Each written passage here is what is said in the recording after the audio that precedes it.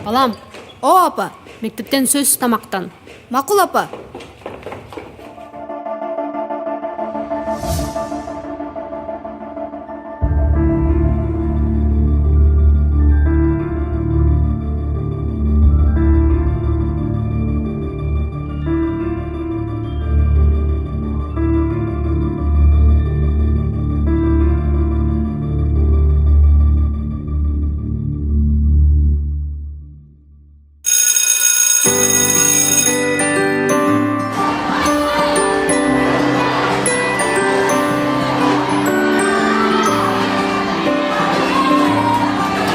Мектептеги тамактануу чыгармачылык жөндөмдүүлүктү жандандырат.